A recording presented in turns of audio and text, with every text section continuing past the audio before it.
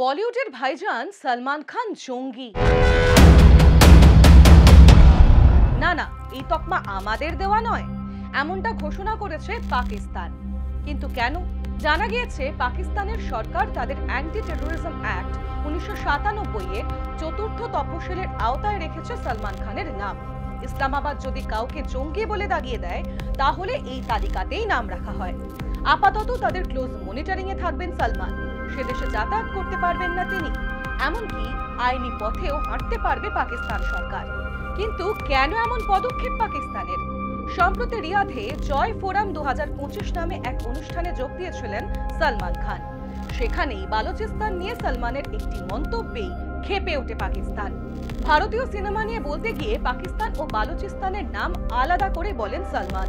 তিনি বলেন, সৌদি আরবে ভারত সহ অন্যান্য দেশের এত মানুষ থাকেন, এখানেও ভারতীয় সিনেমা মুক্তি পেলে তা ব্যাপক জনপ্রিয়তা পায়। তিনি আরো বলেন, বালুচিস্তান থেকে মানুষ এখানে আসেন, আফগানিস্তান থেকে আসেন, পাকিস্তান থেকে আসেন, সবাই এখানে কাজ করেন। ব্যাস, এই মন্তব্যে রেগে আগুন পাকিস্তান। কেন বালুচিস্তানের থেকে তাদের আলাদা করে বলা হলো তাই নিয়েই ফুঁসছে তারা। এর জেরে সলমানকে জঙ্গি হিসেবে ঘোষণা করে পাকিস্তান। পাকিস্তানের থেকে আলাদা হওয়ার জন্য দীর্ঘদিন ধরে আন্দোলন চালাচ্ছে বালুচিস্তানের একাধিক সংগঠন।